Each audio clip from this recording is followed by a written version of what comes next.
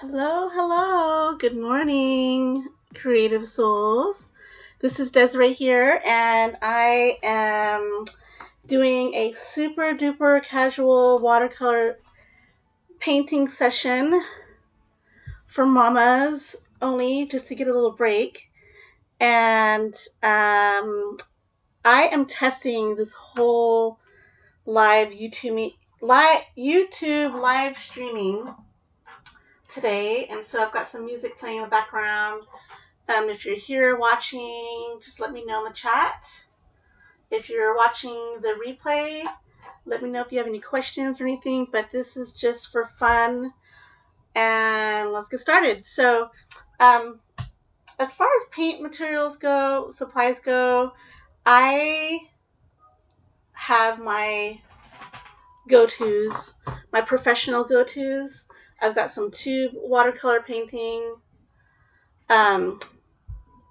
paints. Is that upside down? There we go. So I've got these tubes. I've got my field sketching watercolor kit and a palette. Oh, there we go. Palette, watercolor brushes. So I specifically use watercolor brushes for watercoloring, and I have separate ones for acrylic. And the reason why is because watercolor is very delicate. Let's just put it that way. And with acrylics, I can, get really messy and abuse the brushes a little bit more. And just for those of you who don't have all the fancy watercolor supplies, I have my daughter's watercolor set. This is just a Prang, good old kids watercolor set, and I've been playing a lot with my daughter. This is her new kit for the school year, so we pretty much used up all of the paints from last year, but this is a new one. So let me go ahead and get started with what just kind of briefly go and share about what we're going to do today. We're going to do a little warm-up exercise, and then I wanted to show you what I've been working on. So these are still in process, but I wanted to show you and encourage you to try something today. So first we're going to do a warm-up on a blank sheet of paper, and then I'm going to have you draw 3 simple patterns. So it's going to be the same pattern on 3 separate pieces of watercolor paper. Okay, so this is what I have been working on the last couple of days. I drew a sketch in my sketchbook, just really simple. I've got some blank space for the sky and some waves on the bottom. I have a frame around the outside.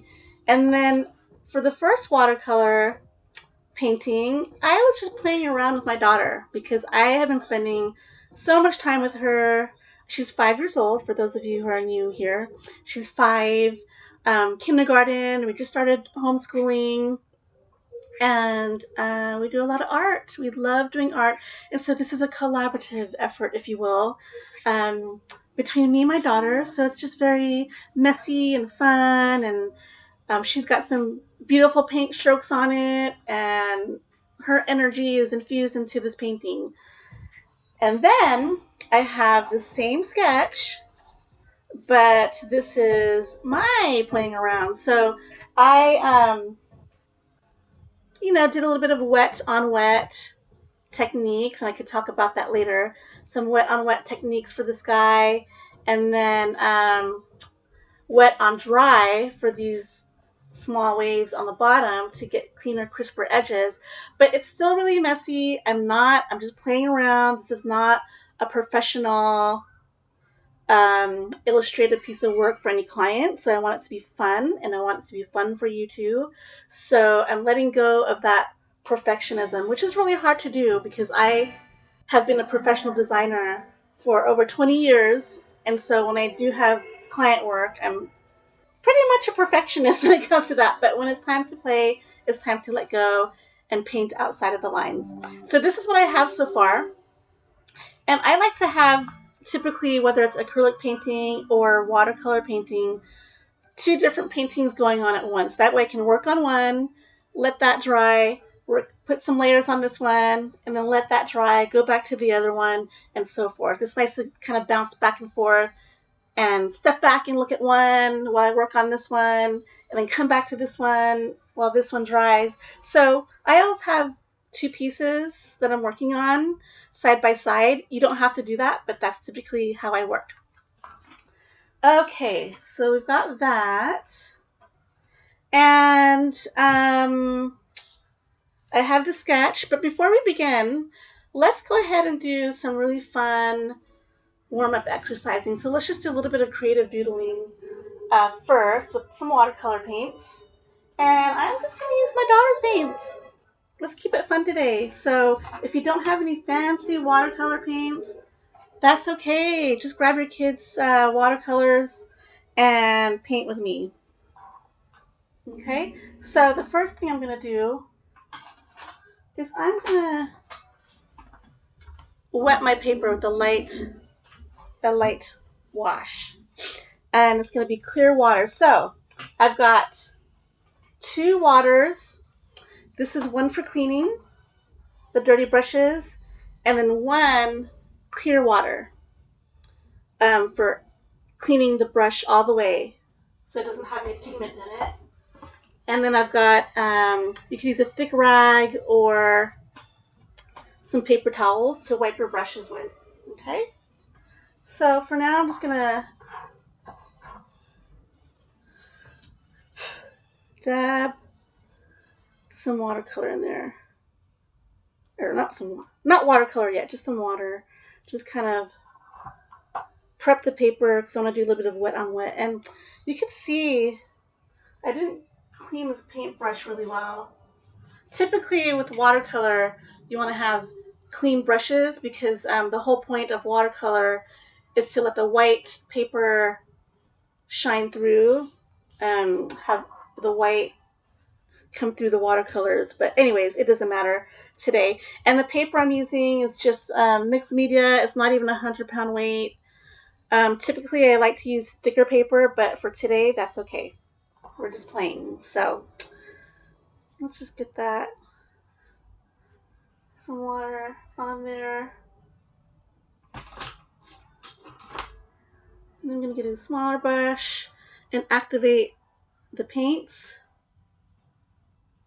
With a little bit of water, I just dab a little bit of water on each color just to activate the palettes, especially if they're dry. This particular palette of my daughter's is a semi-wet, so it's a little bit semi-wet already, but I still like to add a little bit of water just to activate the paint. There we go. Okay.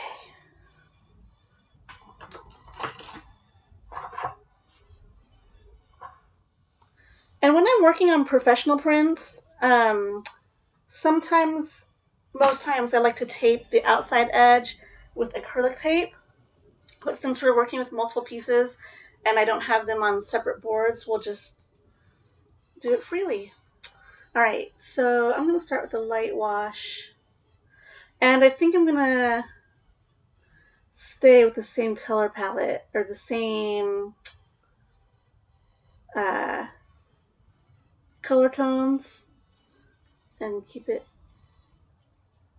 along the same family. So maybe I'll work on some cool colors right now just to play. Okay, so I've got some blue or turquoise here.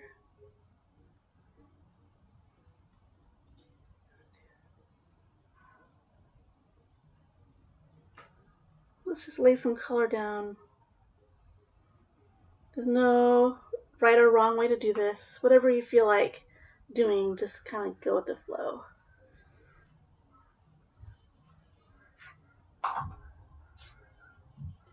Just playing here. So I'm doing wet on dry down here. You can see the difference between the colors bleeding on the edges here. You see how this is wet on wet in this area, and the colors tend to bleed. And then if you want to do something with a sharper edge, you just kind of use some of the watercolor paint, just apply it, load it on your brush, and paint it on dry. And this is really messy because all of these have pigment all mixed up in Kira's little tray, little palette here, and that's okay. Sometimes I'll do a wash and do different tones in between. So darker, wash in between, and then something light. Light and dark, light and dark. So it's hard to talk and paint at the same time. So I'm just gonna put some music on for a minute, and let's do a 10-minute warm up, and just play with your colors on your paper. All right.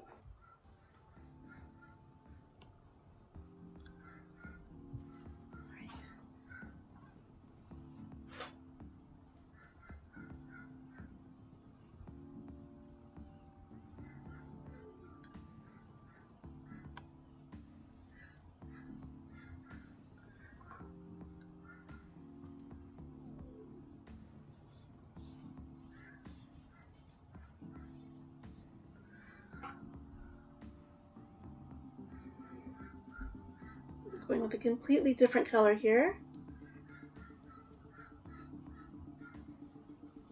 Just creating some lines.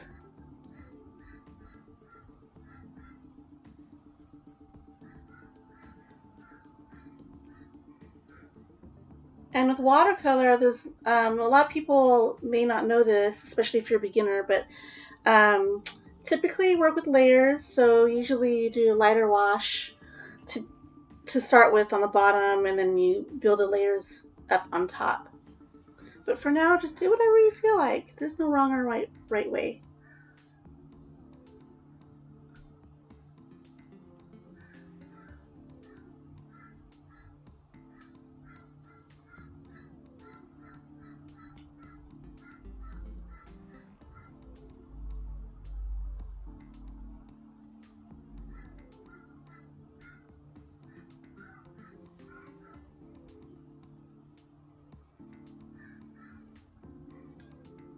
Just experiment, feel how the pigment just kind of not feel. I like using the word feel because I'm so intuitive in that way. I'm a very feely person, but just kind of play with the pigment and see what it does as you load the pigment into your paintbrush and onto your paper.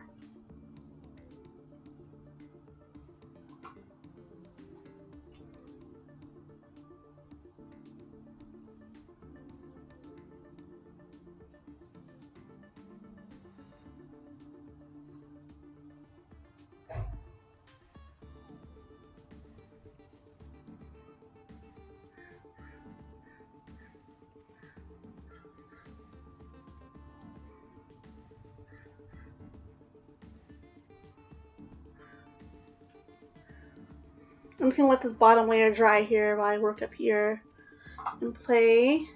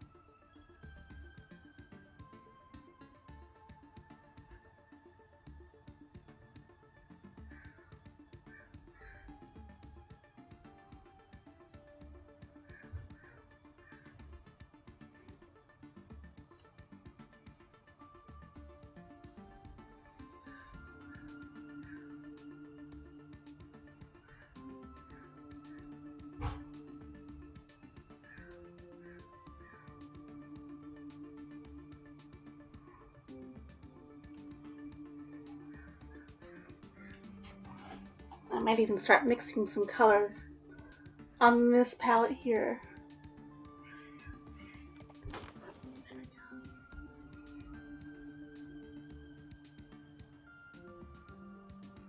Just to experiment. So if you have a dish or something like that, you can just mix some colors. I'm still using Kira's paints, but you could take 2 different colors and see what variation of tones of the hues you can get. Okay. I know there's a little glare right there. I have a sunroof, so it's kind of making this area a little bit glary. Is that a word? Glary.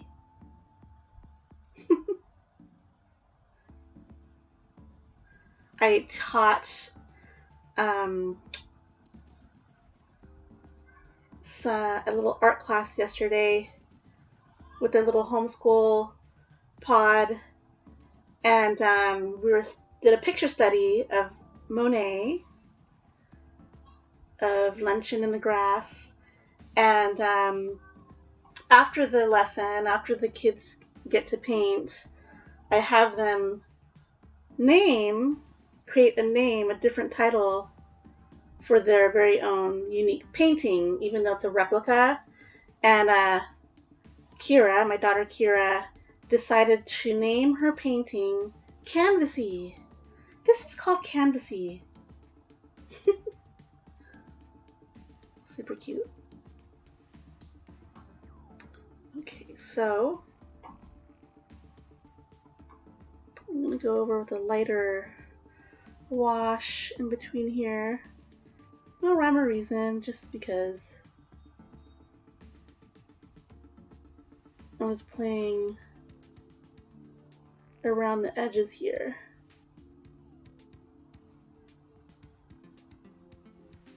Actually, I might just, this is a little dry now, so I'll just kind of cross over. Oop, oop, oop. See what happens. So you see how the watercolor is transparent and you can still see the layers coming up beneath. That's the beautiful thing about watercolors, is the white, the brightness of the white coming through.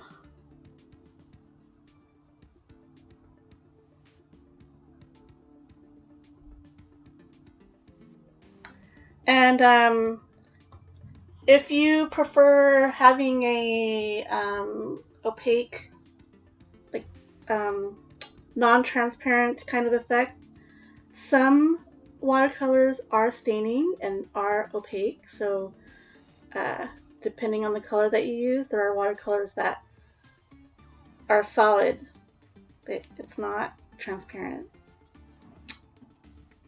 So once you get to know the names and the colors, you'll learn which ones those are. Okay, let's see what else. Let me add more green. Let's see what this green looks like.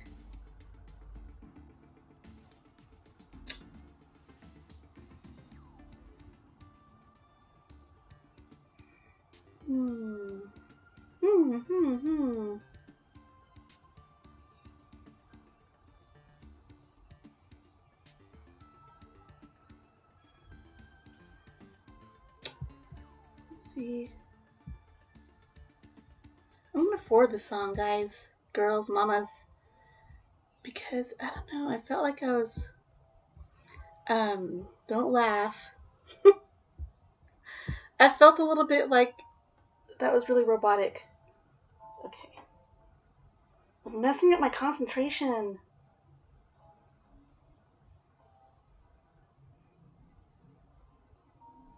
I don't even know if you can hear the music. I'm gonna go back and check things out in the recording after this, but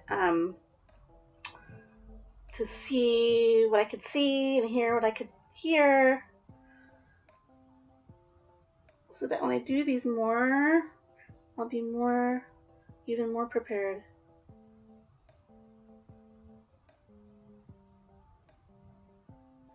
So sometimes, as you can, I don't know if you've been noticing, sometimes I'll, like this block down here, I waited it to dry before I put this layer on. Sometimes you could go back to an area that's still wet and then do the wet on wet technique. Right now, again, I'm doing the wet on dry using a wet paintbrush on dry paper, a dry section. And that's the thing with watercolor. It's very different than acrylics. If you've worked with acrylics before, there are different techniques that you can use to control the paint and make it do what you want to do. So watercolor could be a love-hate relationship, but if you learn how to go with the flow and learn the techniques, you learn how to use the techniques as tools to get whatever effects that you want. All right, so there's that. Let me do more green. I like that. Here. Has it been more than 10 minutes, by the way? Sometimes when I do these creative warm-ups, I go beyond the 10 minutes because I'm just having so much fun. I'm all zenned out. So relaxing. But this is what we need, right, mamas? And if you're not a mama, welcome anyways. The reason why I'm not sure if you see this, I am on Instagram at artist.Desiree, and I have been connecting with other mamas, and I know a lot of mamas right now, personally, in real life and online. This is during COVID, so it's September 18th, 2020, and we're, what is it, 6 months? Crazy. Something like that into COVID. So, you know, a lot of mamas are struggling. Not only were they struggling at the beginning of COVID, but even more so now with homeschooling and trying to still figure things out, because life is crazy like that, especially with COVID in the mix. So this is my invitation to come and play and relax and get some self-care in and take a mental break. We all need that. We all need just a little break from the social media and all the drama. It's really important. So that's why I'm here today. Again, I'm at artist.Desiree on Instagram if you want to follow me, if you're not there yet. Alright, what can I do next? I think I'm going to go around these edges with the darker blue. And so eventually, once these paints dry, you can go over it again, however many layers you want to go, and then go over it with colored pencils or ink, India ink, or acrylics, artist acrylic ink, or anything you want to build more layers on top of the watercolor to create more depth and interest. And for those of you who are new to me, I was trained. I went to school for environmental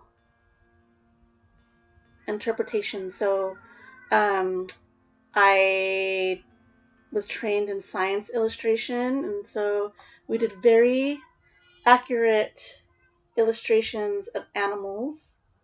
And most of the medium that we use were pen and ink and watercolor. And that's how I got my training. And then when the real life world came, I met my husband, and we were both very, you know, into plants and nature, Mother Nature, and we started a landscape and design business. And he got his degree at Cal Poly under environmental horticulture, and so we started our business. And I did the designs and designed the plant palettes for our clients, and the construction blueprints for their yards. And he and his crew now do the installation. So now I've got, I don't do that anymore as a designer. We have a team of designers that work for us now, and I have this and my creativity coaching business, and my daughter to homeschool and raise. Lucky me. I'm so grateful for that. And yeah, so that's where I'm from. That's my background. And it has taken me, you know, quite some effort, believe it or not, to let go of perfectionism. Because when I do design work, you want it perfect, especially if you have clients and you're working with plants. And even when I do graphic designs for my website, you know, I want everything perfect. And sometimes perfectionism could be our enemy or our best friend. So sometimes I want to choose the latter, especially for relaxation and non-attachment. And so that's why I started my creative coaching business, because I realized what a beautiful, beautiful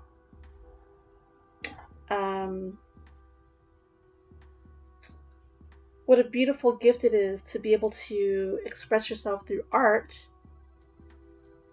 and use that space in your heart for healing and transformation and just being. Just, you know, creating for the sake of creating, and tapping into your right hemisphere, your right brain hemisphere, and giving your left brain hemisphere a break.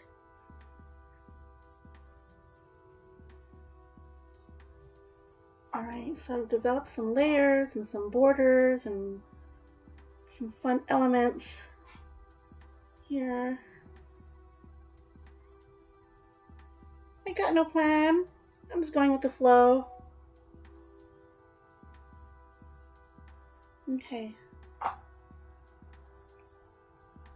I'll add just one more layer to these guys, just for fun in the corners.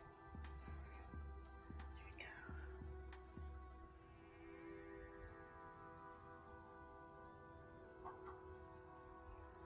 we go. Ooh.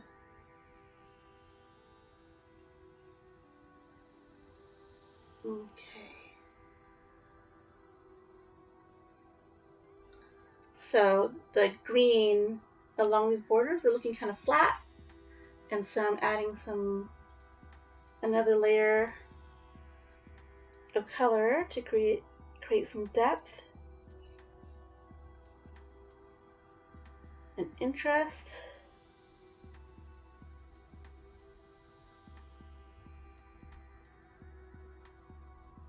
I'm just playing. Alright, I'm so relaxed now. Oh my gosh, you should have seen me this morning. It was kind of chaotic. I have my nanny here this morning, and she is dog sitting, so I said, hey, that's fun. Why don't you bring the dog over so Kira can play with it? And oh my gosh, it's like having two puppies. The dog is a puppy, by the way. It's like having two puppies. Oh my goodness, the energy. So much energy and so much fun. It was really cute. It was the first time they've met, so. Okay. Alright, I'm just gonna leave that there for now and come back to it. I'm just gonna let the layers dry. And this is what it looks like up close. Ooh, there we go. There's a little glare. No rhyme or reason, just painting. Okay, so let's get to our little mini lesson here. So if you have a blank, go ahead and grab a blank sheet of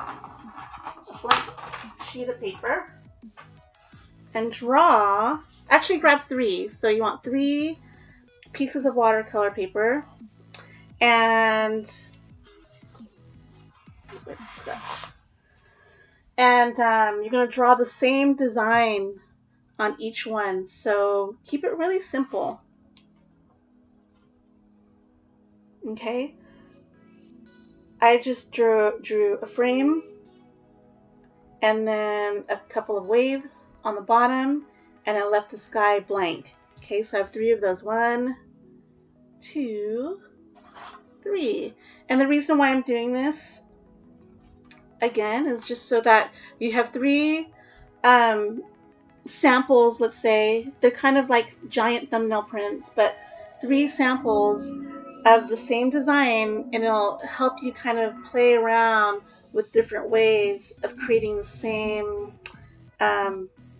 design, if that makes any sense, but using different techniques with the watercolor. It's just a fun way to play with watercolor, okay? So again, this was the one that Kira and I did, my 5-year-old, a collaborative effort. This one last night, I did this before I went to sleep. I have problems sleeping, I've got insomnia, and so sometimes I'll art journal or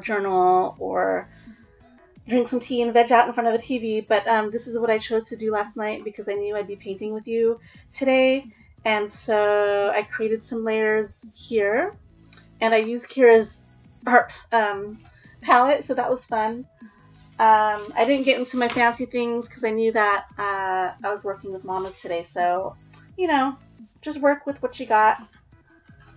So I've got that. Now I'm gonna finish this sketch, so go ahead and grab your sheet of paper and draw a simple sketch. Just a simple line drawing. It doesn't have to be anything complicated because we're going to let the watercolor do the talking. Okay, so I started this. Okay, I'm going to outline.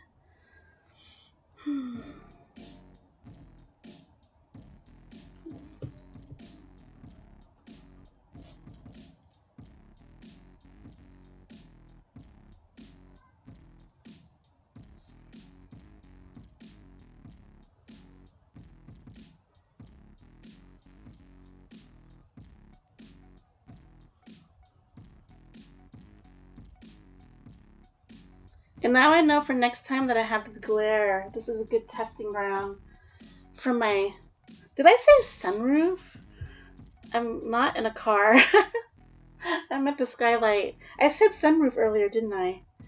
I'm telling you, mom brain. Hashtag mom brain.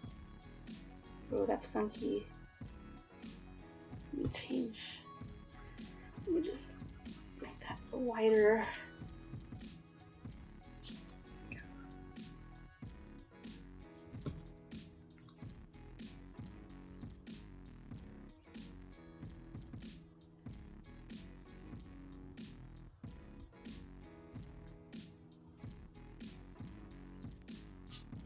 And typically, like if I was doing a professional drawing or illustration, my pencil lines would not be this hard because I'd have to go back and erase the pencil lines, but this is just for fun, so you don't have to get too hung up on that. Alright, so what am I going to do? Let's see.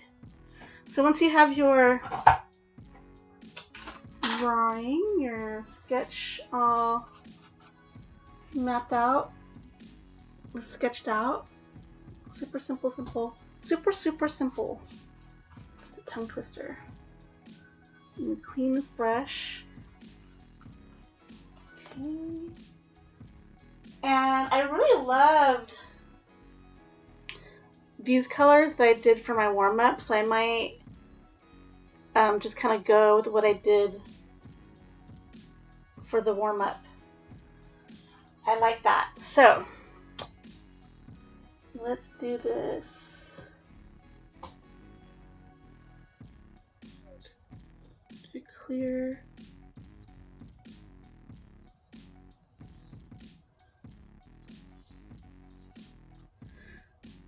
So I'm just going to get this part of the paper wet, and knowing that I have these edges to go into, I'm not going to get that wet right now. I'll probably just kind of like work my way down, and then with a smaller paintbrush get in between the smaller lines. And the reason why, well, see, here's my perfectionist. Oh my gosh, I have to stop. This is my worker brain. If I had gotten these waves wet, whatever pigment I put here might leak into that, but that's okay. Anyways, that was just me planning things out ahead of time. Alright. What am I gonna do? Yeah, I'll use this one. So again, I'll start with a light wash. Let's see. I might do... yeah, I'll start with that. This kind of turquoise color.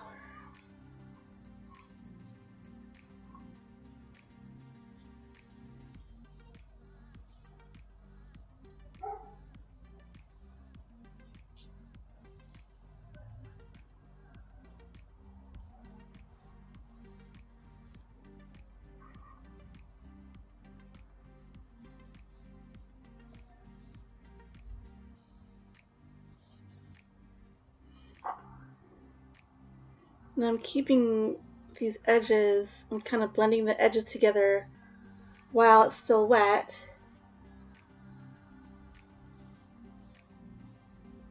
And you can see the paper, I don't know if you can see it, but this paper is buckling a bit as I add water and watercolor. And that's the reason why I like to tape the edges down typically with artist tape, or you can purchase watercolor blocks, and what that is basically watercolor that's sold in a block, but all the watercolor pages are glued together at the edges, and so the edges don't, you know, buckle up or flip up. However, like I mentioned earlier, the paper that I'm using today is just from a mixed media journal, and it's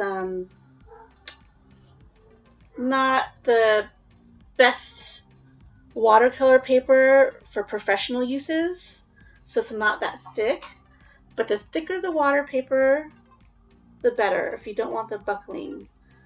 And there's different grades, different brands. There's hot press and cold press. Hot press is a lot smoother. It's got a smoother surface, and cold press has got more of a textured surface. Alright. So I'm kind of doing a medium, more of an even glaze as I start this.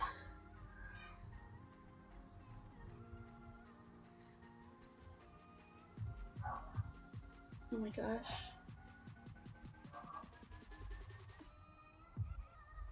Ooh. I got a lot of pigment on that one. See that? It's kind of the pigment goes where the water flows. I'm a poet and didn't know it. Okay.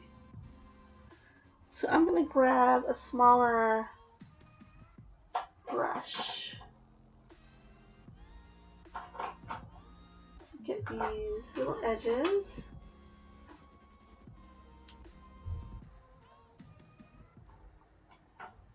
Smaller. something crazy. There we go.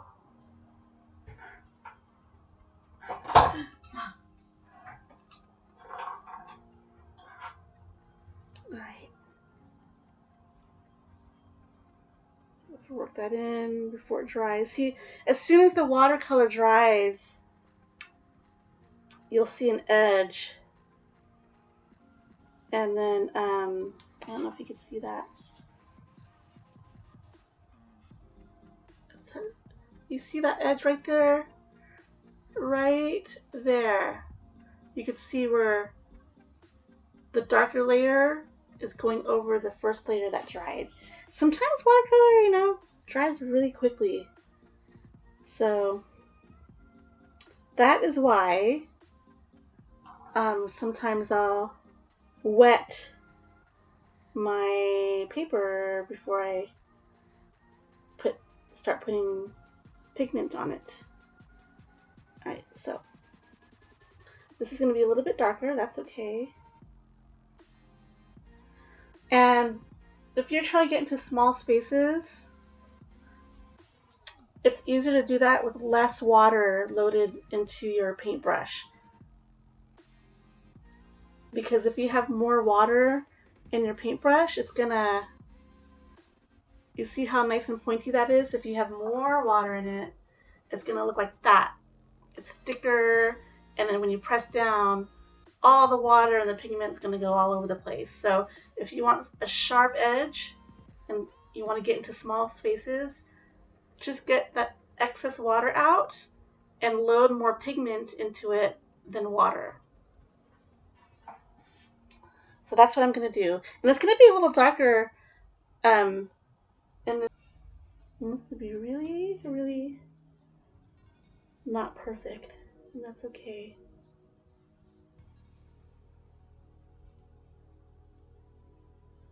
I'm trying to embrace the idea of perfectionism, because as a mom, oh my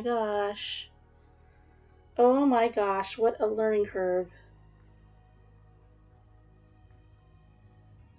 What a learning curve parenting is. And so it's funny how your brain works and how it changes as you become a parent. Crazy.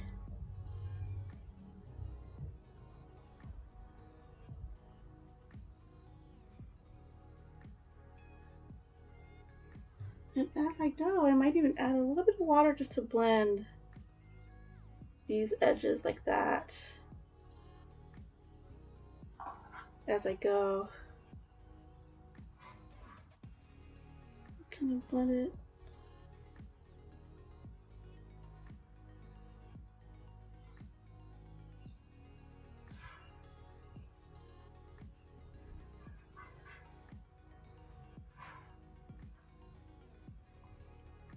Maybe even go like that. Add some movement. Just like the ocean. That's another thing. So I was teaching art to Kira's little homeschool art class, and I said, you know what helps when you're painting and you want to create textures and different effects is you make sound effects with their mouths. And so they love that. And yesterday I was teaching them a dabbing technique, how to use the dabbing technique to paint. And so they're dabbing, and it was really fun. We're all making sound effects. Psh, psh, psh, doot, doot, doot, pop, pop, pop. And so that's what I'm doing now. It makes your painting come alive, doesn't it? No, I'm not crazy. You're crazy. Oh my gosh, it's Friday. Yay. Alright.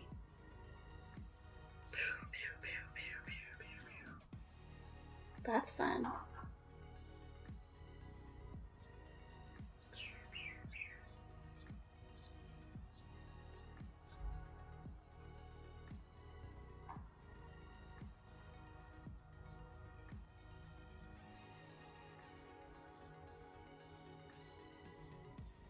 There we go.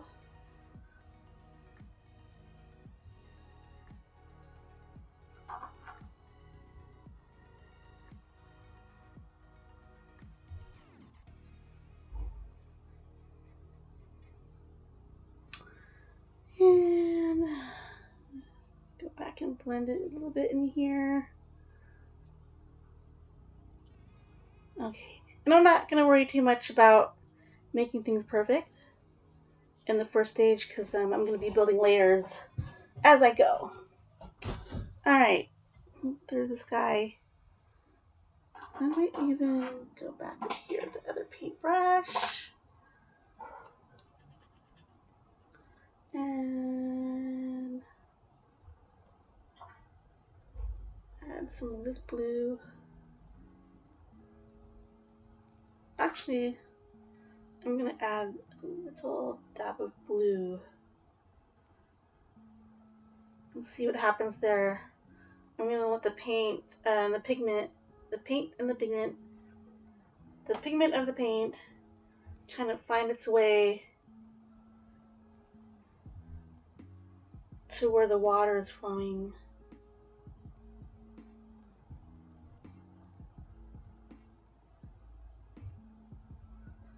That's fun.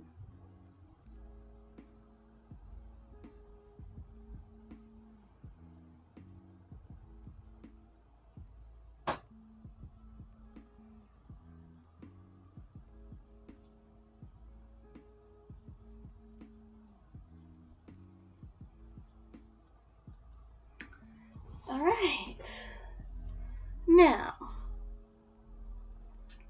I might add some of that blue up here.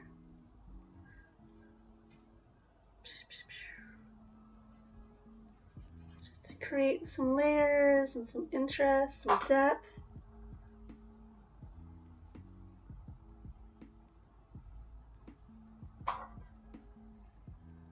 Oh.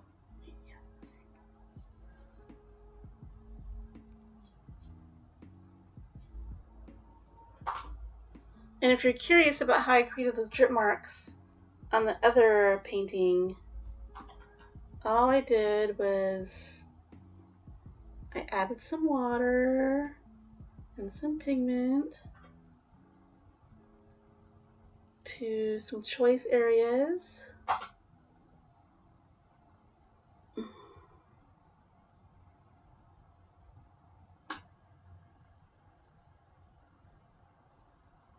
And I let it drip. I just went like this. And picked up my paper and let it drip.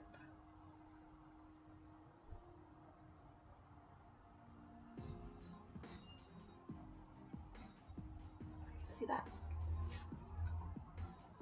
Just let it drip down. There we go. Alright. Let's see here. At some point, I do want to go back to this painting and add some layers to it.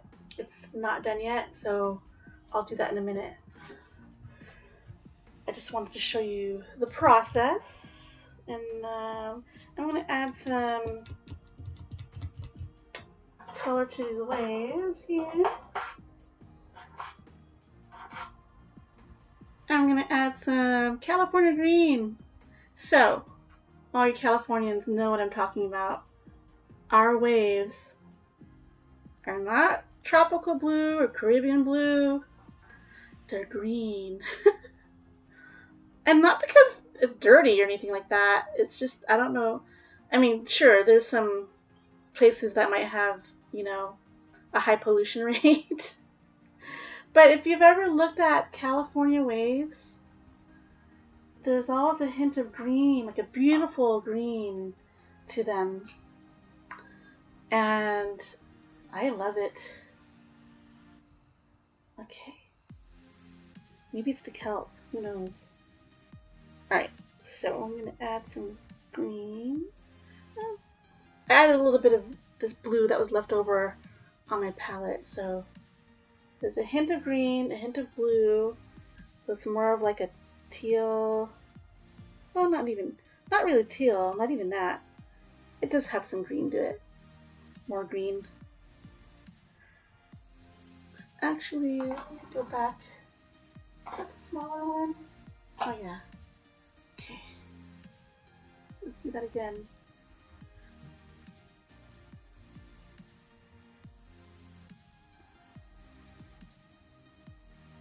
So again, I'm starting with a light wash, meaning lighter color.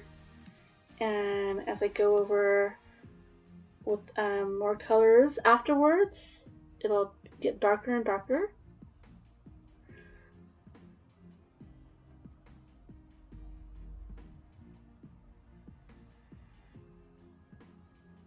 All right, how's everybody doing?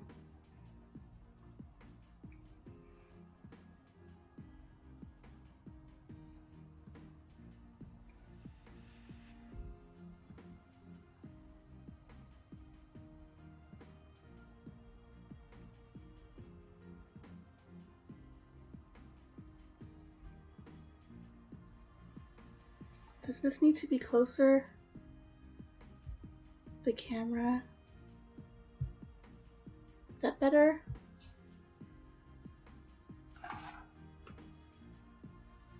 I gotta get rid of that glare.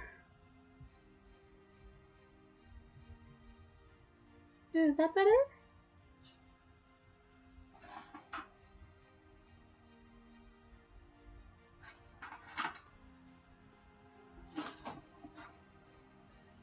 I'm not sure how important it is for you to see what colors what color I'm using.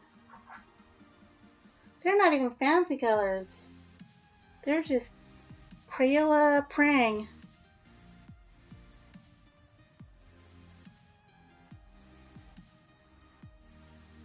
You don't need to be fancy to be an artist.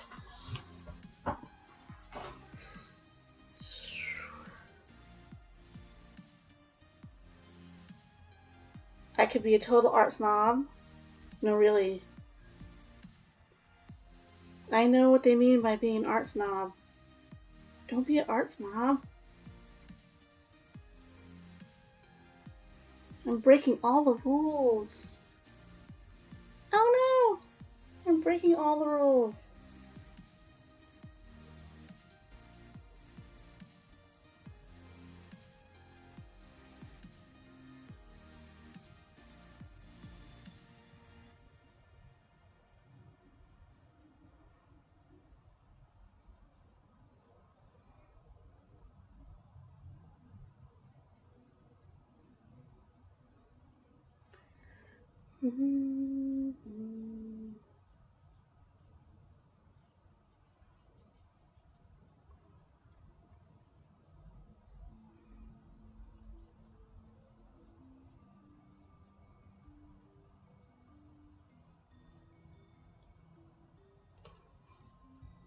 Let me turn the music up a little bit so I can concentrate. I hope you like the music. Let me know how it sounds.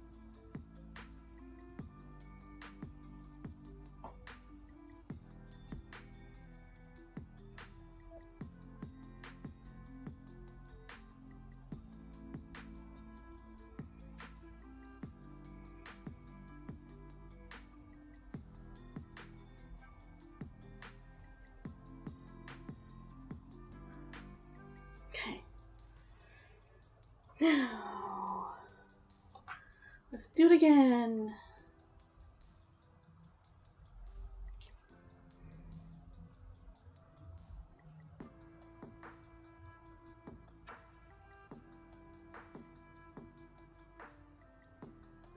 Once you get, if you're beginner watercolor, you will get used to what it feels like to have the paint and the water loaded into the paintbrush. You could actually see it as you're applying it to the paper.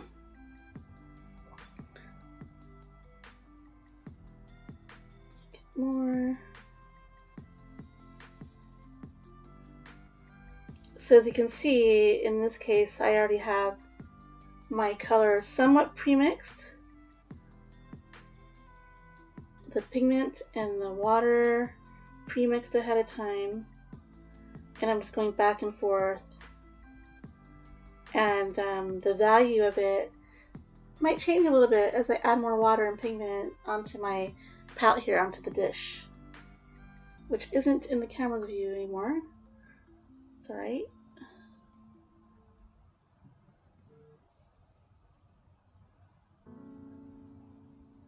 Okay.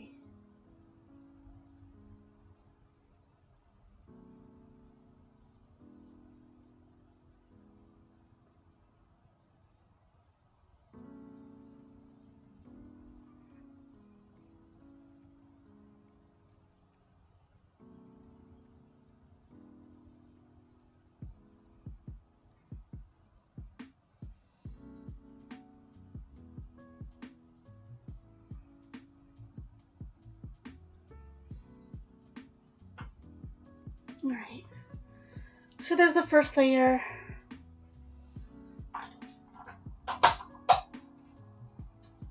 Beautiful, beautiful. Okay, I'm gonna let these layers dry.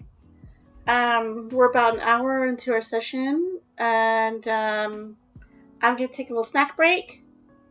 You could take a little snack break. When we get back, I would probably take this piece and add some layers onto this while this dries, and then I'll come back to that. See, I'm going back and forth. Yeah, so continue to paint if you want to,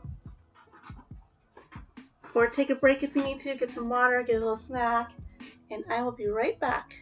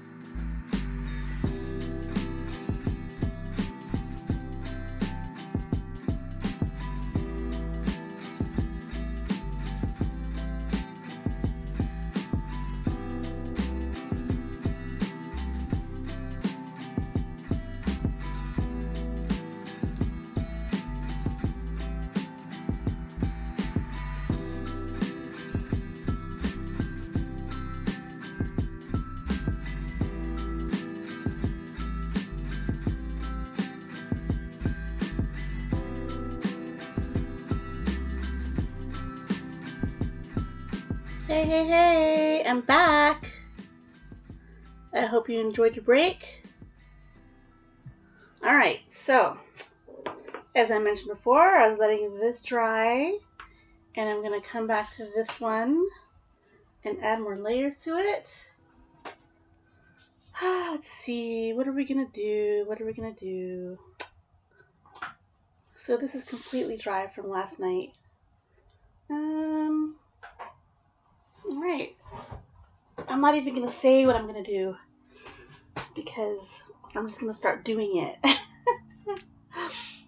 Oh, the joy of going with the flow and not having any plans. Alright, let me think here for a minute. I think I might start down here and add another layer of colors down here.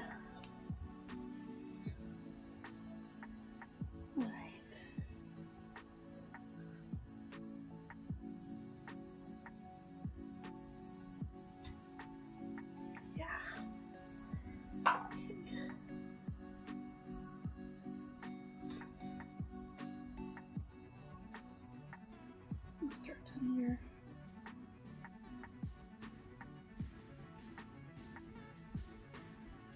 Unload some of that water. A little bit too much water to begin with. I'm just unloading some water. I can either do that by touching that or my paper towel.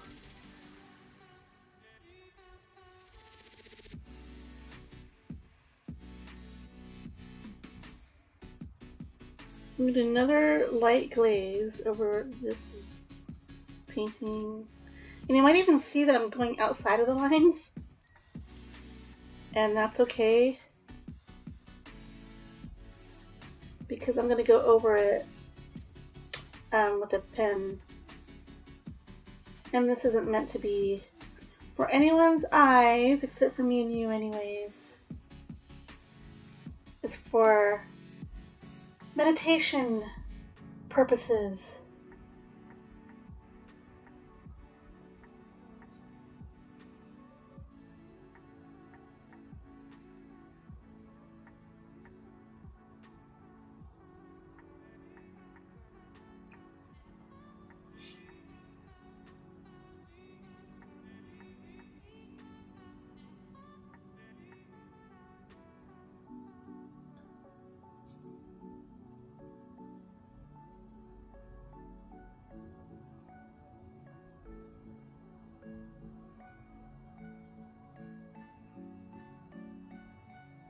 So technically, even though I'm going over a layer of paint, the paint underneath is dry, so that would be wet over dry. So a wet paintbrush over a dry surface. Ooh, that's pretty.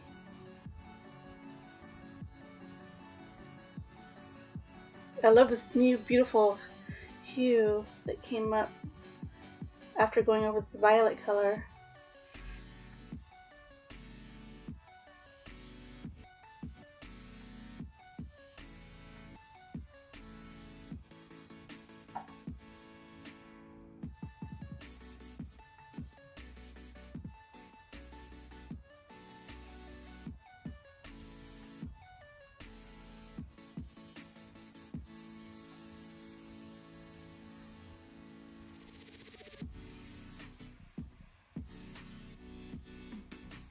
So I am not sure what your timeline is like as you're watching this video or replay.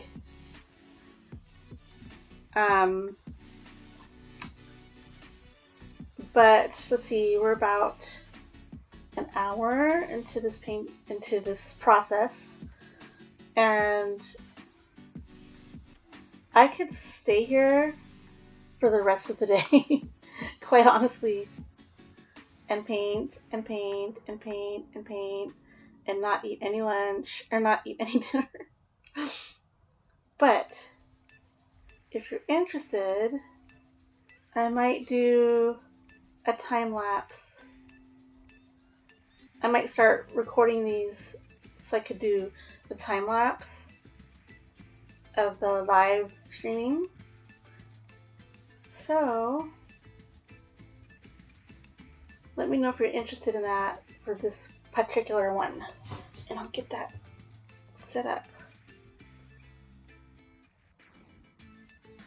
Right. Blend that in a little bit. Okay.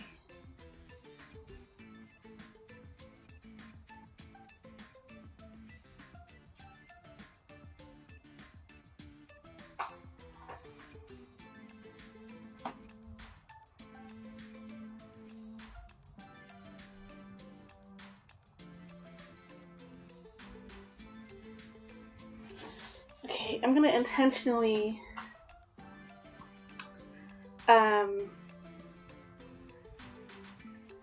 kind of wet, keep these little pockets wet here, and even on the bottom of these waves, just a smidge. Get that wet, keep it wet, and I'm gonna go in with a little bit of darker blue. Oh, actually, I might do, will look good. Look at black. Maybe another layer, but instead of having more water, it'll actually be more pigment versus water in the actual paint brush itself. And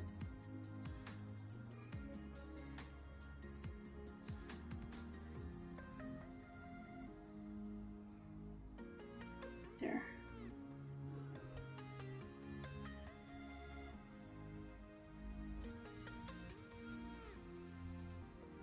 Get in the pocket.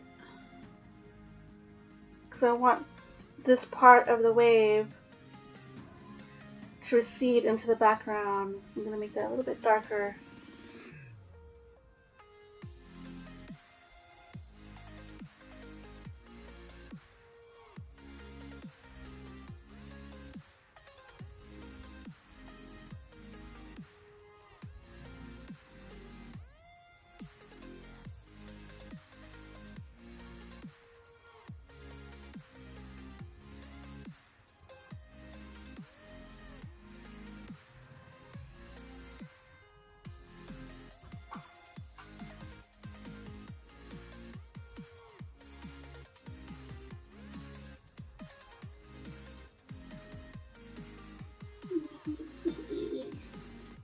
I'm not sure if I'm liking what's going on here. Might not be enough water. There we go. Okay. I just need to let go. This music is making me rush. Okay, it slowed down a bit, so that's good. It's funny how music can affect your mood, or your vibe, isn't it? Funny how that happens.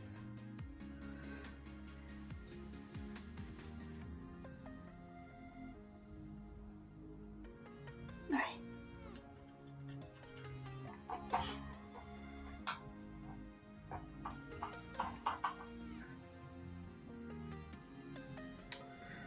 So I'm going to grab some more of this violet that I used on this painting before and do one more layer. And as I add layers, it's going to get darker than what you see here as it dries. So I'm just going to add some more layers here and get that dripping effect.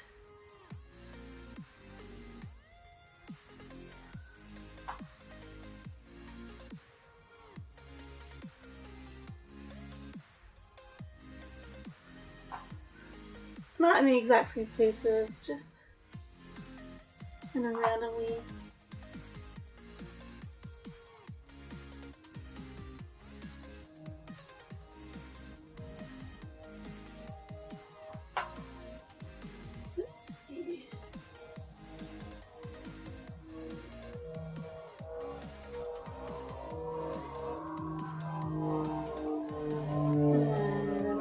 add some blue. Do you hear that helicopter going over?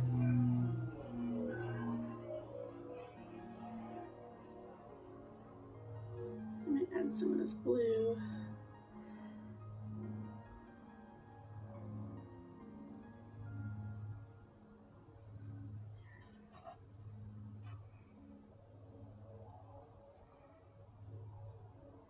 Okay.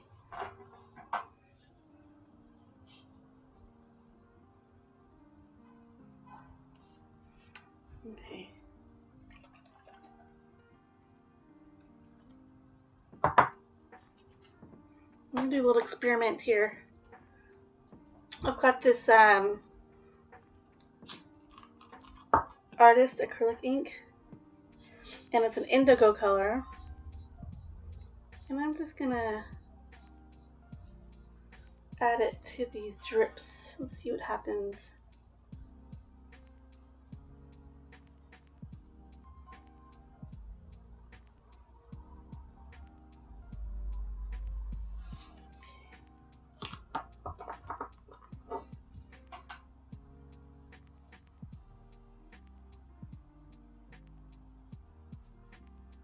On the top.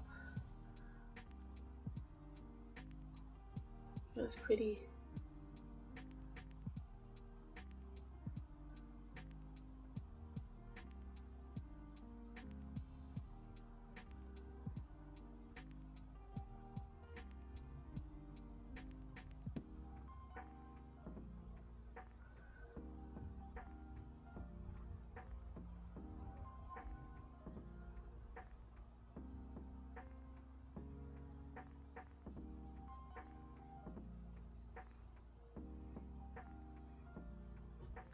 And just to continue,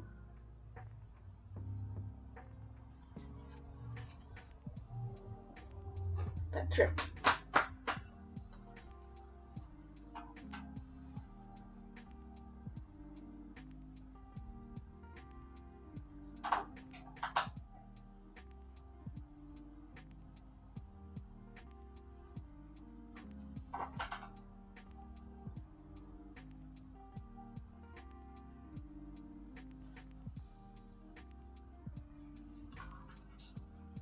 Okay.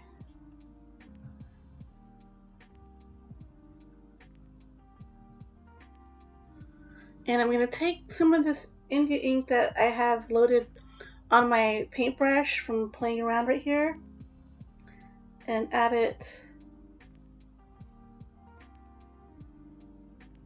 to the waves.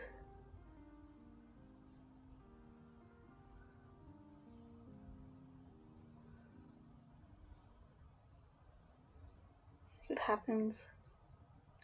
Let's see where this takes us.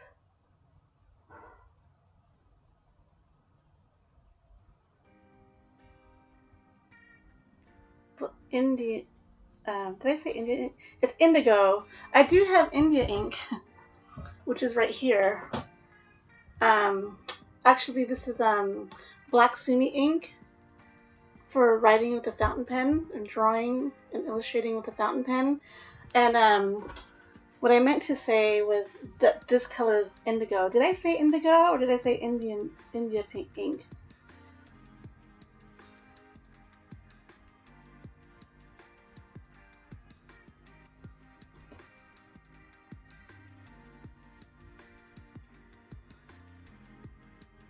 I just blame it on the mom brain. Mom brain. Is that bad?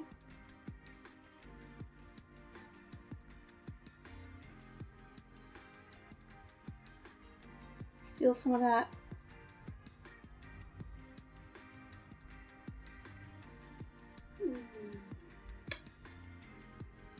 Like the watery effect.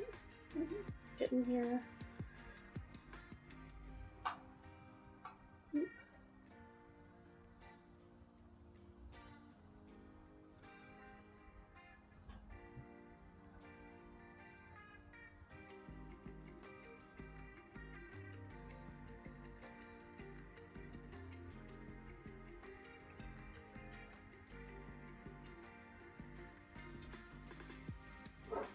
I'm going to squeeze some of this.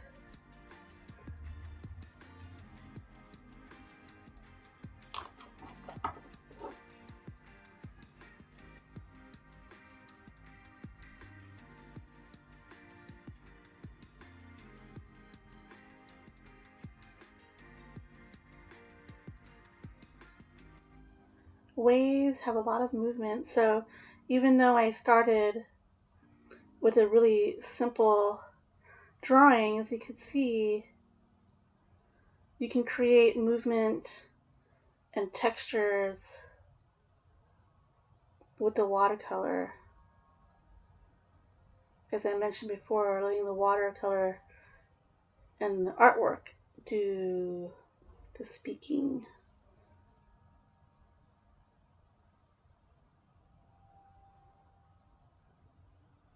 And I'm going to go over this with a pen so that I can create crispier lines and sharper edges when I'm done. So again, I'm not worried about painting perfectly in the lines. Alright, so that's that for now.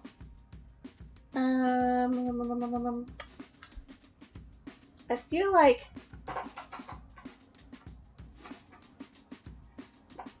no, risky business, but I feel like I'm gonna get a little risky. Risky frisky. I'm gonna take my paintbrush and clean it. Let's see, that's number 6. There. Okay. So I'm rinsing it out, trying to get most of the ink out, and dipping it in my first cup of water. I'm gonna rinse it out really good in a clean, super clean water. There we go. Alright. And the reason why is I'm gonna go for some yellow. I feel like I need one more, a hint of something. Actually, I might use, yeah, okay.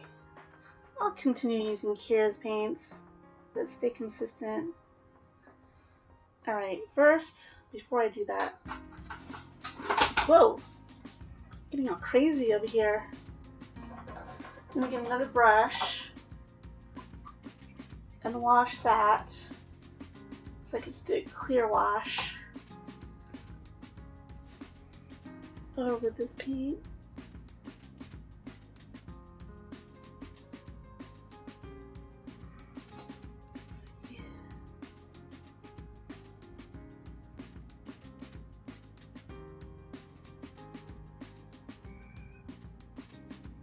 I don't even know if this is necessary, if I'm just using yellow, but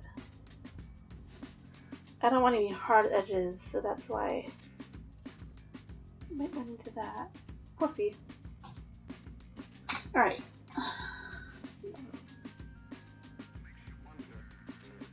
And I might even use this pan so I'm not contaminating it with the darker water. This has a little orange in it already. That's okay.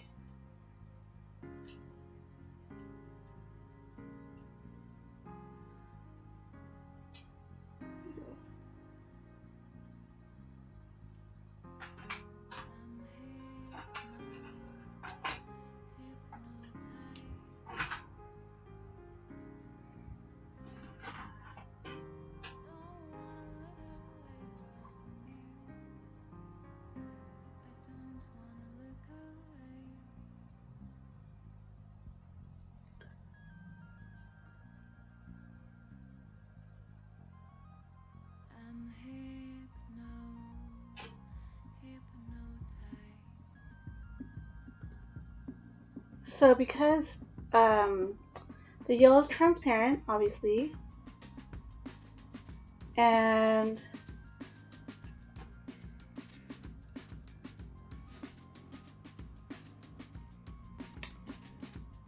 I am just adding a tint of yellow over the purple, and yellow and purple are opposite colors on the color wheel. And so instead of it being a bright yellow, it's going to be more of like an earthy color. So if you ever want to mix colors and you end up using I like to use the opposite colors, the colors that are opposite on the color wheel, because it gives you that earthy tone.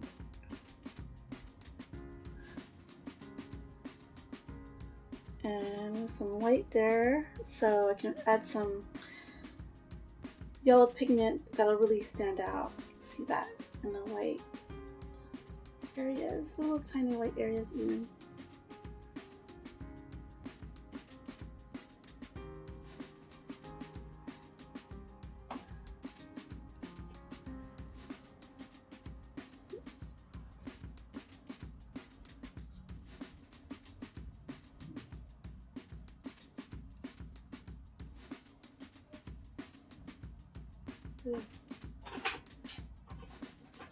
More. There we go.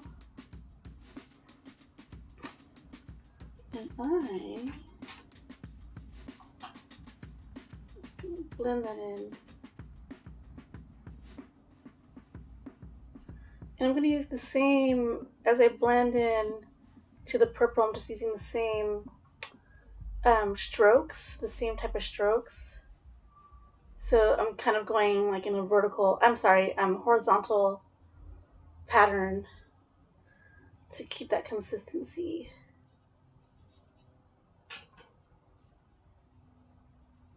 Blending that in, blend that in.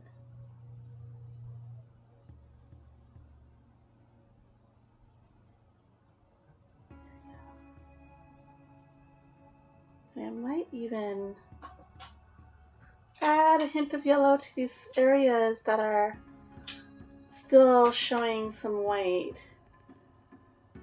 Just bring that up.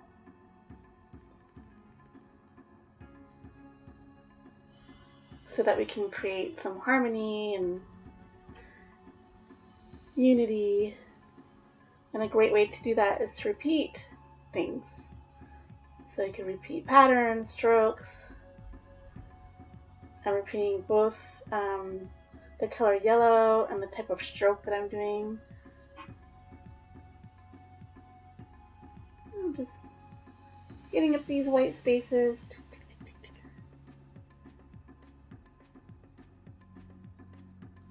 There we go.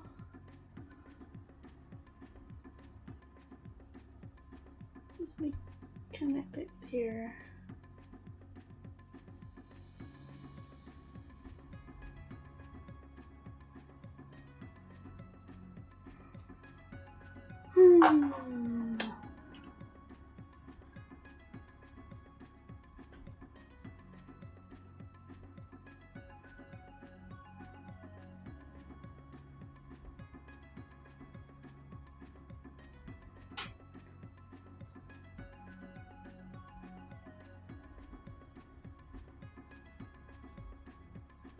There we go.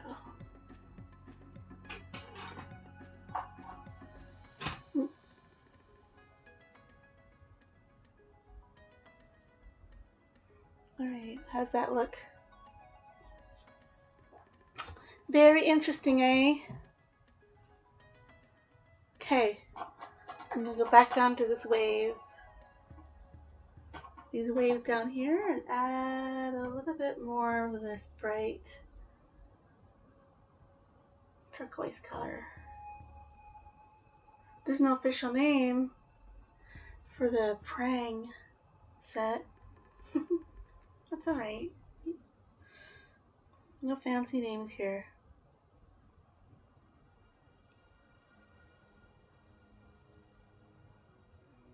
There's a chance that some of this might bleed into the yellow that I just painted, because the yellow is still very much wet. Typically, if I don't want that to happen, I would wait until the yellow part dries. But since we are practicing the art of imperfection today, that's okay. And actually, when you allow the pigments to bleed in together like that together, it creates a really beautiful effect.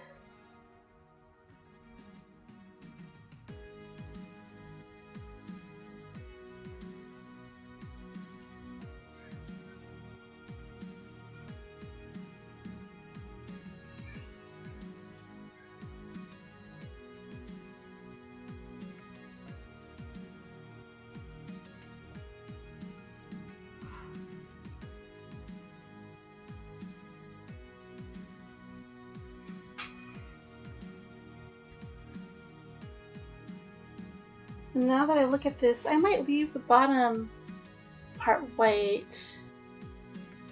It's actually, I'm not white, but the lighter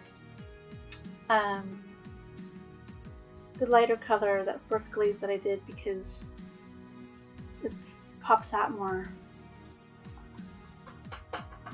If you ever want to remove any pigment or watercolor that's still wet, you can also do that. So for example, I mean, this is such a tiny space, it might not even work. I'm seeing that it's too small. But sometimes you can go back with a paper towel and pick up pigment and water to make it lighter, or use your paintbrush. So you could just wipe your paintbrush until it's dry, or take another dry paintbrush and pick up pigment and ink while it's still wet. Okay. Okay, I'm gonna let this dry for a second while I think about what to do here. Let's go back to this guy. So simple, so clean. Alright.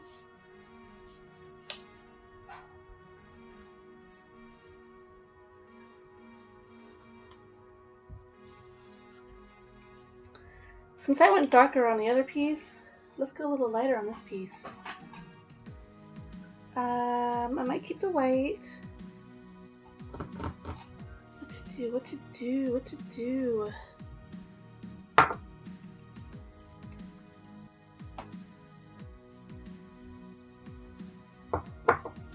try this.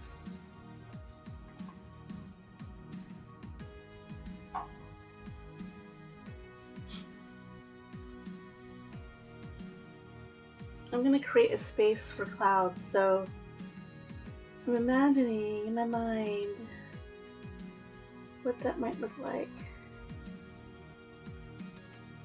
Okay.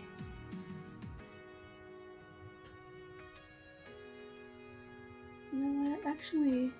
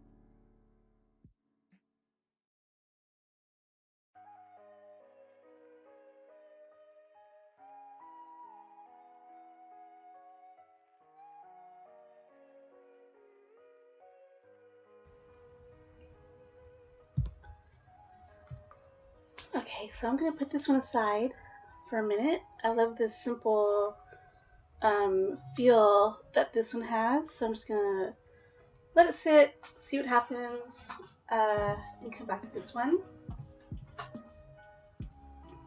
And I really love the beautiful layers that are happening in the sky and the dripping that had occurred with the indigo acrylic ink. And if you look closer, you can see the beautiful textures that it created in the waves.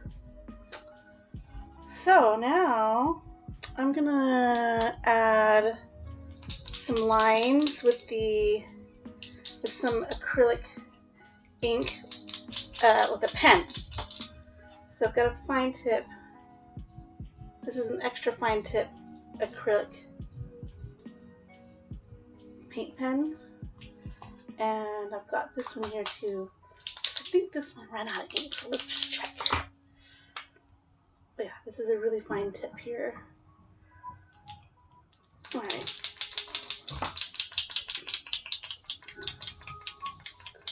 Let's see what we can do here.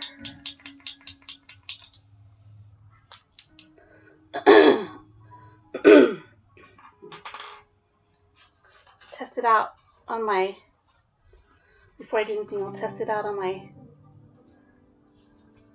watercolor paper, my little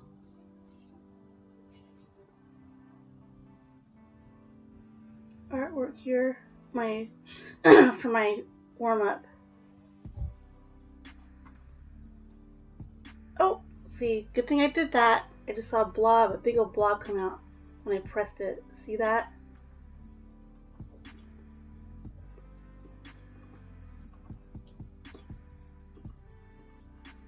So we'll just let that bleed for a minute.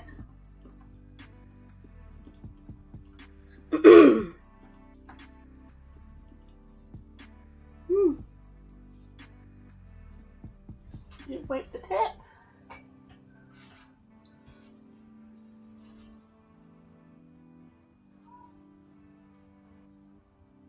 Not sure what happened there.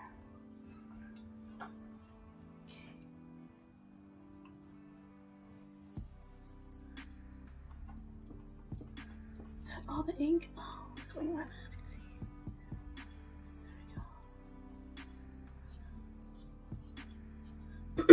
There we go.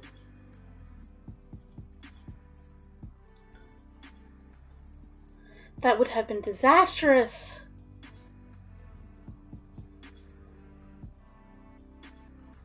Alright. This is an old pen, so I'm not sure what's going on. It's just deciding to get blobby all over the place. So let me test this one out, this other one.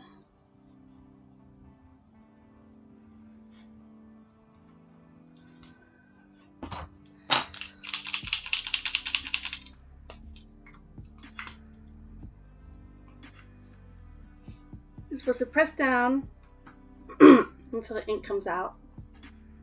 There we go. This might work. For the purposes that I need.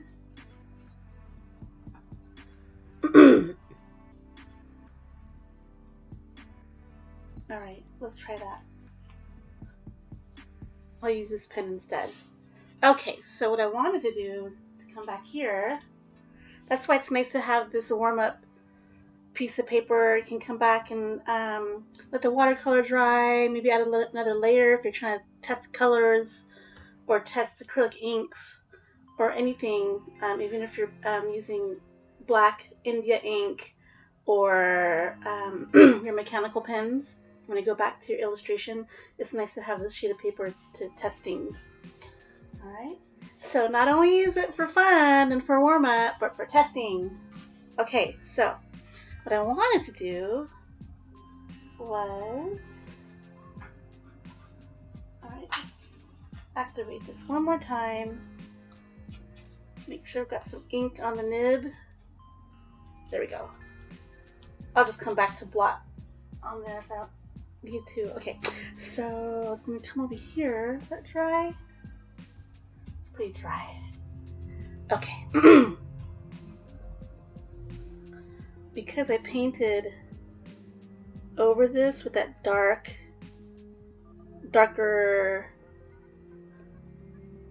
turquoise color, it kind of lost that highlight to show that it's a wave. So I'm going to come back with a white acrylic paint pen and just add some doodle lines.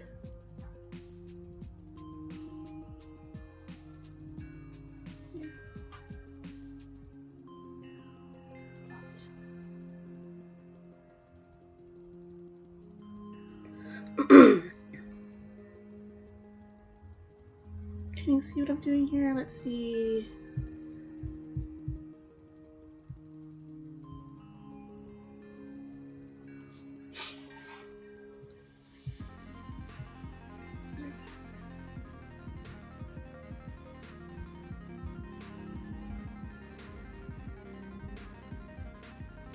Can you see that?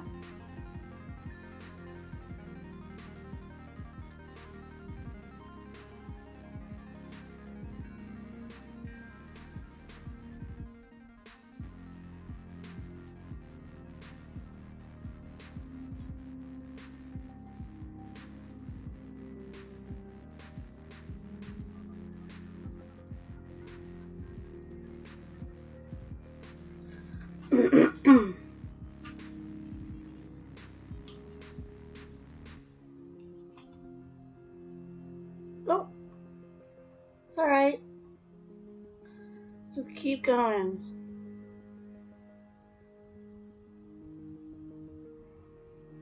That actually adds a little character to our waves, doesn't it?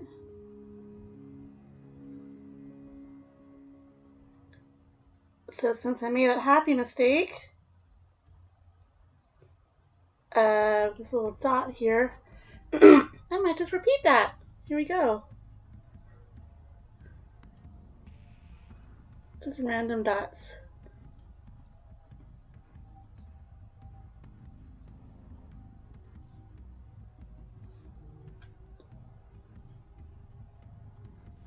Actually looks really cool. Boop. Boop-a-doop-a-doop.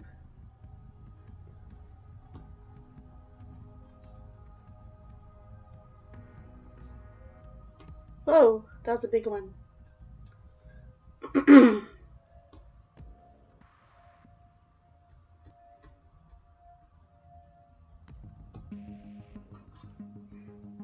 I like it. Okay. Well, the question is do we paint over the crests of these waves as well and add more so that there's a consistent unification going on? And I think that might be a big yes. So I'm going to go back, get a paintbrush, paint the crest of this wave. Or maybe not. I don't know. Let's see. Do I want to do that?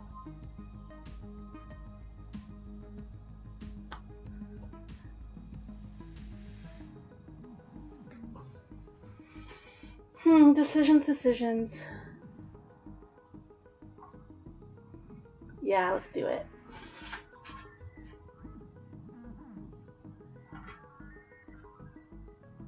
Get some turquoise again.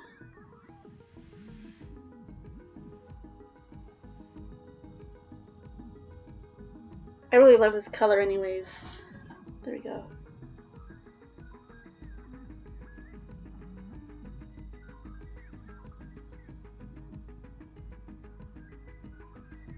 Let's see what happens.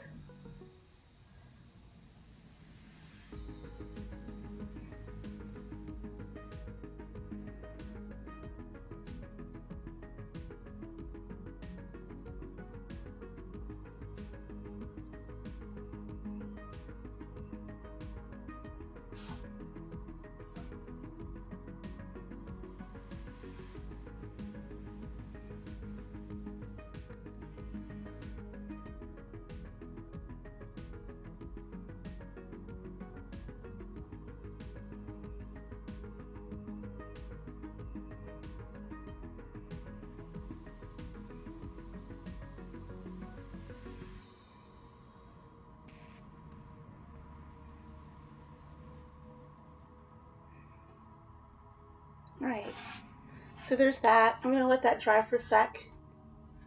And then I'm going to come back with the acrylic paint pen and add some decorative elements on the crest of the wave. Alright, let's come back to this guy. See? Now you see why I like to go back and forth.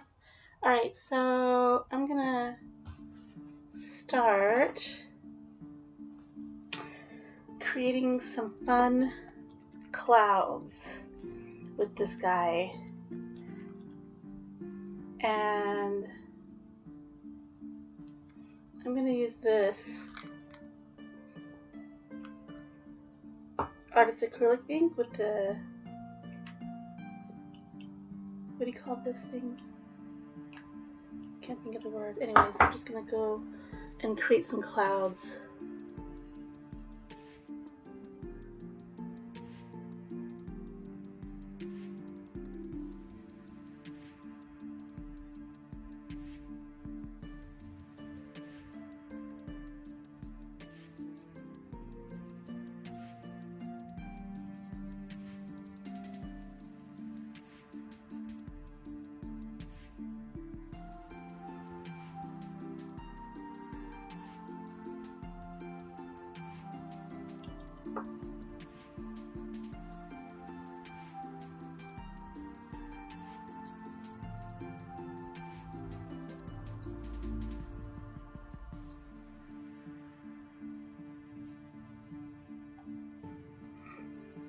Very loose, messy clouds.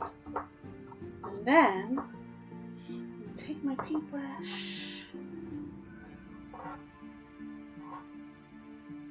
This is going to be interesting. Very, very interesting.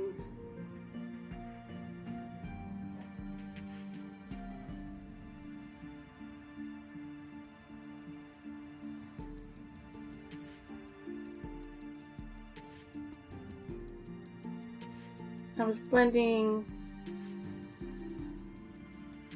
some of the watercolor with the acrylic inks on it, right around the edges.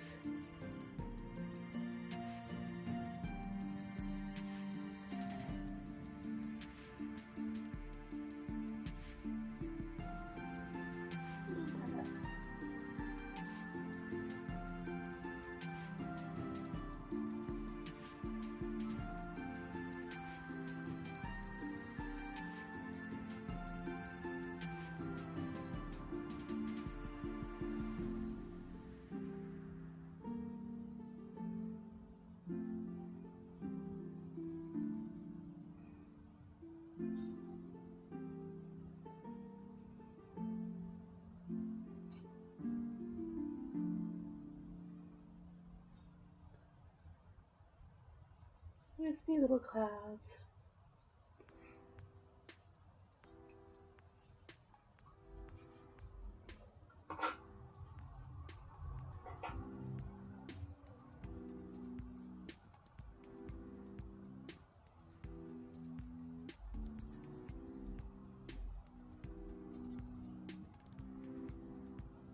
Inks are so fun because they're so fluid, and this is another way of getting opacity if you want something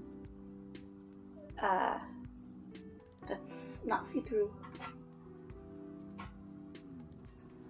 Alright, so those are my swirly clouds. How do I feel about this? I feel good.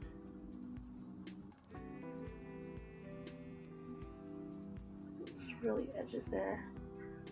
I really want that fluid state. There's a brewery over here in Ventura called Fluid State. There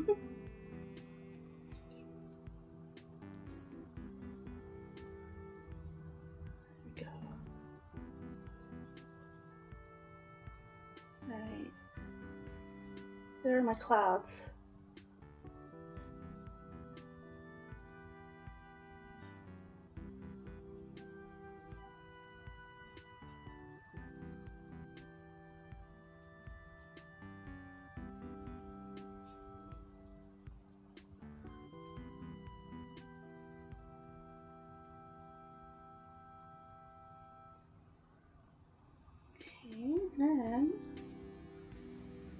going to blend this in a little bit here.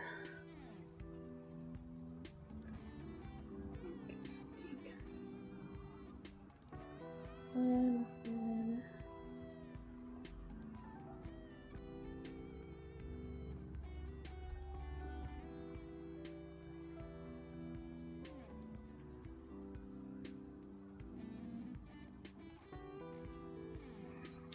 All right.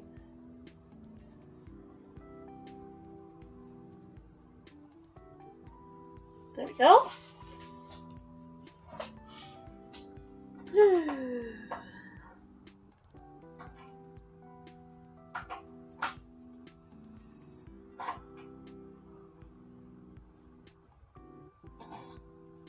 I'm just painting, washing my paint brushes out. Alright, so this is what that looks like. It's kind of hard to see. The light, the glare from my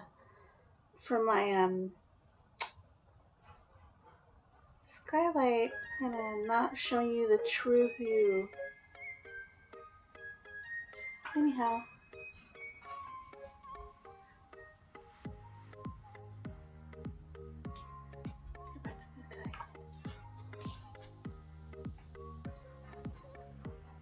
So pretty. I just put that up.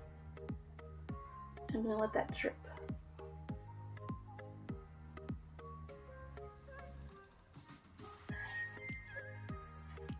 Okay, so I'm going to come back to this guy. And this watercolor dried fairly quick. Get my paint marker. Activate the nib. And draw some lines and strokes, dots, what have you.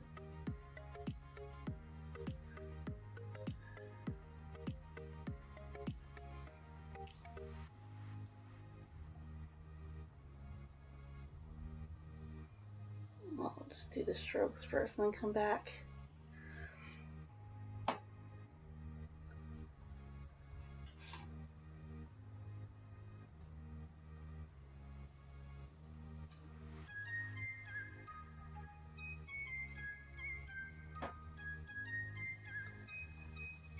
Of course, if I was creating something for one of my products or for a client, I'd be more careful. And again, this is for fun. And I know I keep repeating myself, but I just want to remind you of that also, because I know it's so easy. You know, we tend to get into this habit of wanting everything everything to turn out perfect, right?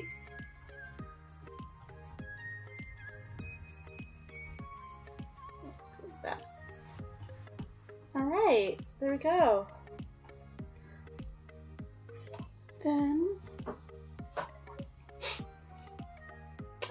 gonna do something really fun with these guys once that's dried. It's still drying a little.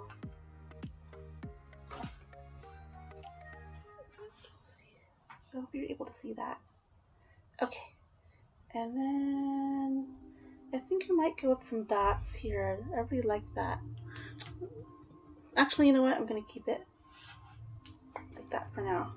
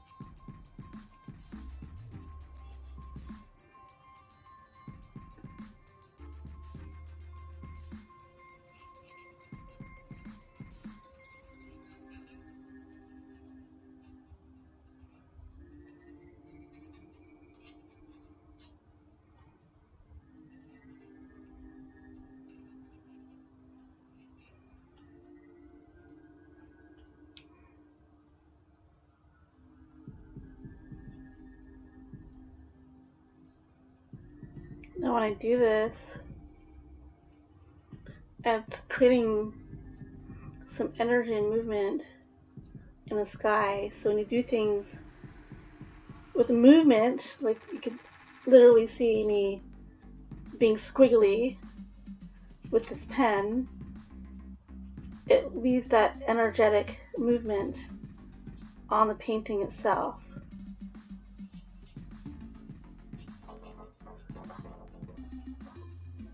And sometimes we need movement in our paintings to keep our eye moving and for interest, and just to help, you know, guide where your eyes go.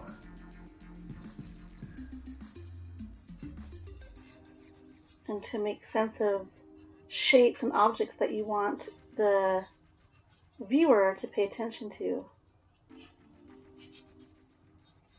Okay. That's neat. Okay, and then I'm gonna maybe do a little bit around the violet.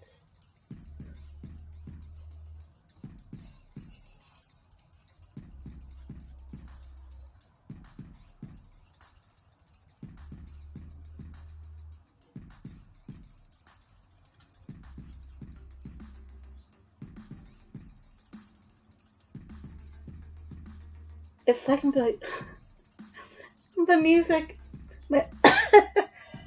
I'm laughing because if you listen to the music, it's going to my pen strokes. How funny is that?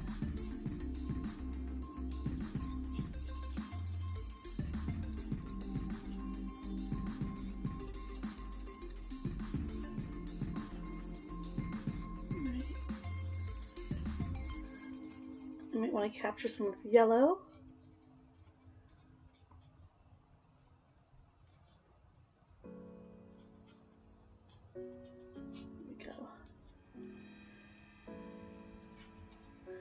So I mentioned earlier that dark recedes. If you want something to recede into the background, the darker colors help things get pushed into the background, and lighter highlights help create things come forward to the foreground.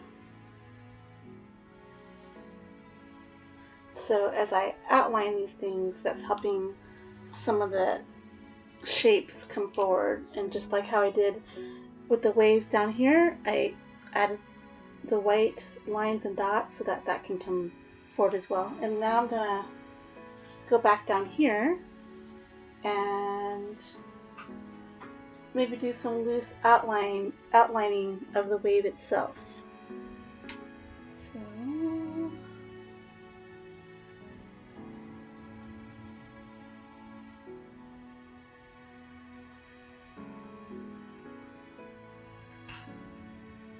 let's see if I like that. Do I want to do that?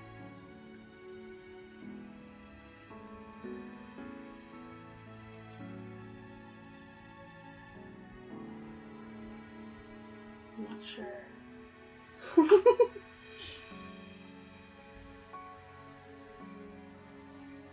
Maybe I'll just do the caps.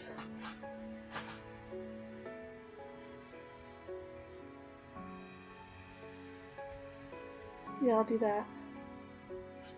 Just like that. Woo! Some movement up here. Yeah, I'm liking it.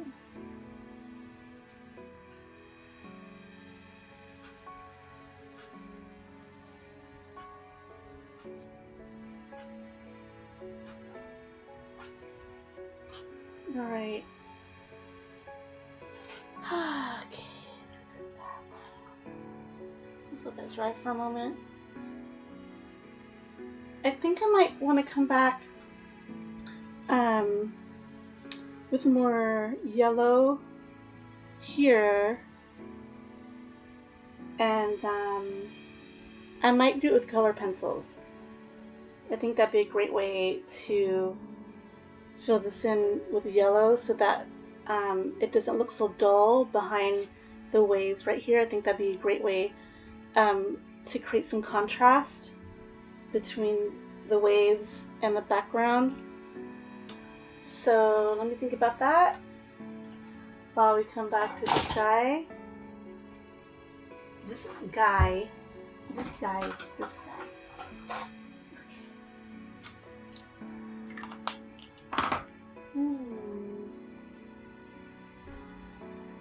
That's pretty. Okay, so I'm gonna work more on the waves here. What do I want to do with these waves?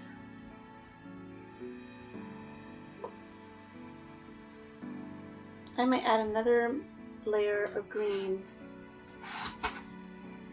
because it's looking kind of flat. So I'm gonna add one more layer of watercolor and see where we're at.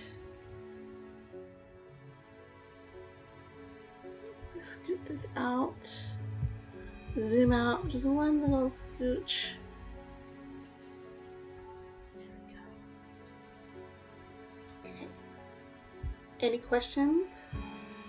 I'm gonna try and wrap this up and then maybe even do the details on my own and then post the complete picture when I'm done. But this is really relaxing. That's what this is for, is to relax, not to create an end product by any means. So, great job everyone! For those of you who are watching the replay and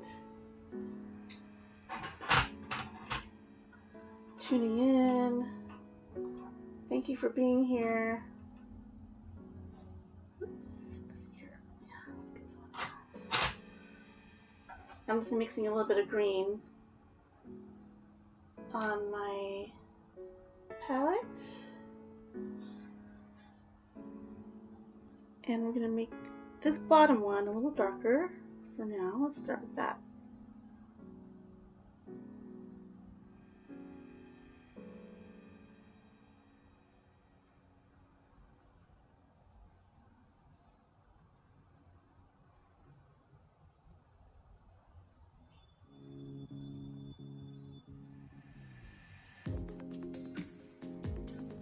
If you want more of these live sessions, be sure to subscribe to my channel and hit the bell for notifications.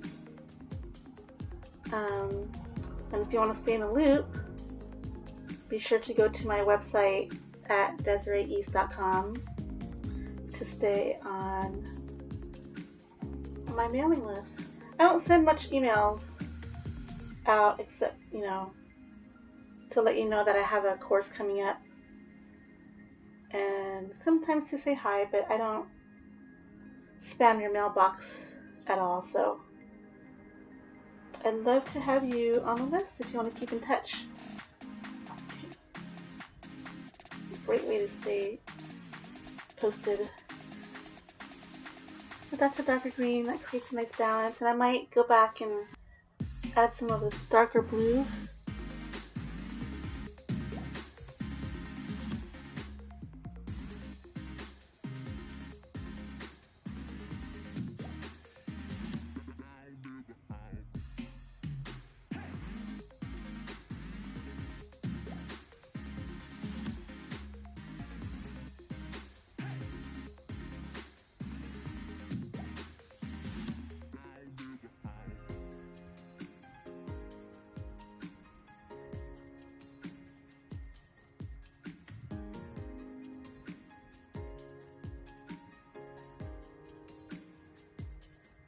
Okay, and then I'm gonna go down here. Let's see.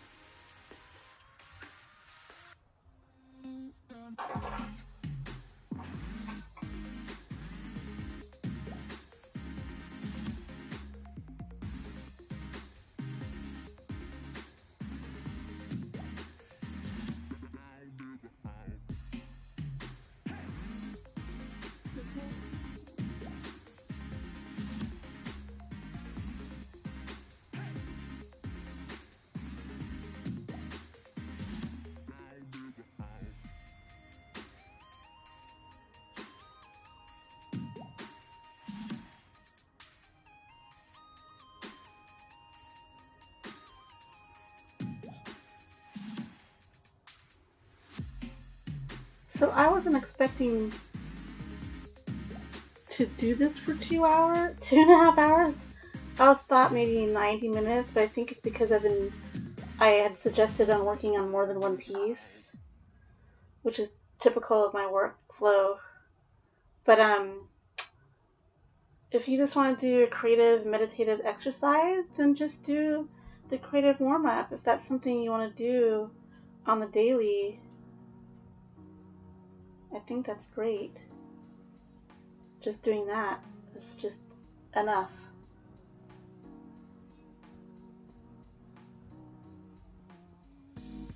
Like I said, I'll be here all day if I wanted to, if I had the choice. I did stop for a little snack break.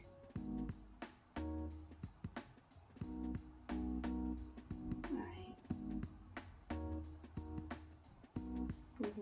Pretty. Okay.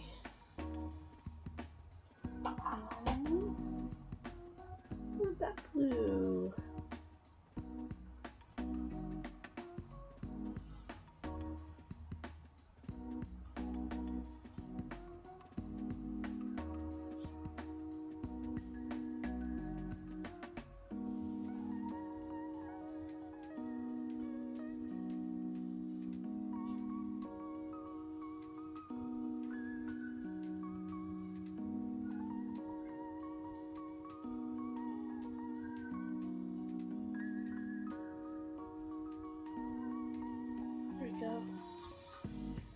Beautiful, darling.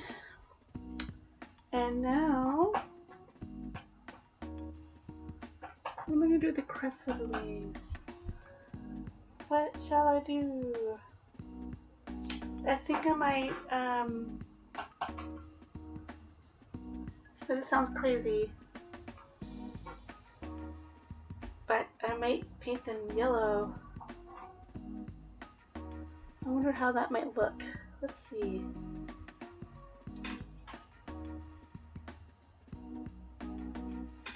Because, you know, California, golden sunshine on kelp green waves.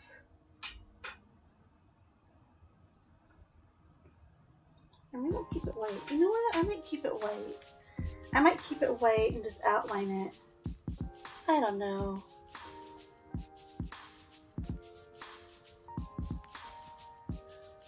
Yeah. Let me see how that looks. Well, first, let's see. Maybe I'll just do a dab of yellow here and there. That might lose its. Okay. Yeah, I don't know about that. Okay, I'm just gonna keep it white. What I'll do is I'll let this dry, and then I'm gonna erase the pencil lines, and then outline it with a pen, either a acrylic pen or a black pen, mechanical pen. Alright, so that's it. That's what we have here for today. Let's zoom out. I might work on it some more, just because. Here is the first one. Oh, here you go. Actually, this was the first one that Kira and I did. And then number 1, or number 2, the dark indigo waves. And then we have the lighter colored, the white clouds. That. And then we have our fun little creative meditation warm-up. I actually like that. That's fun.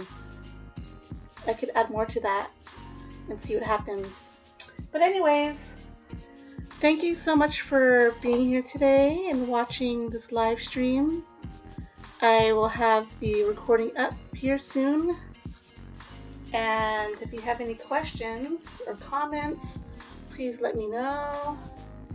Please subscribe to my channel for more events and hit the notifications to get notifications. And you can find me at DesireeEast.com. I just got a glob of paint on my hands. Yay! Alright, that looks great. Thanks so much for being here. Have a wonderful day. Bye!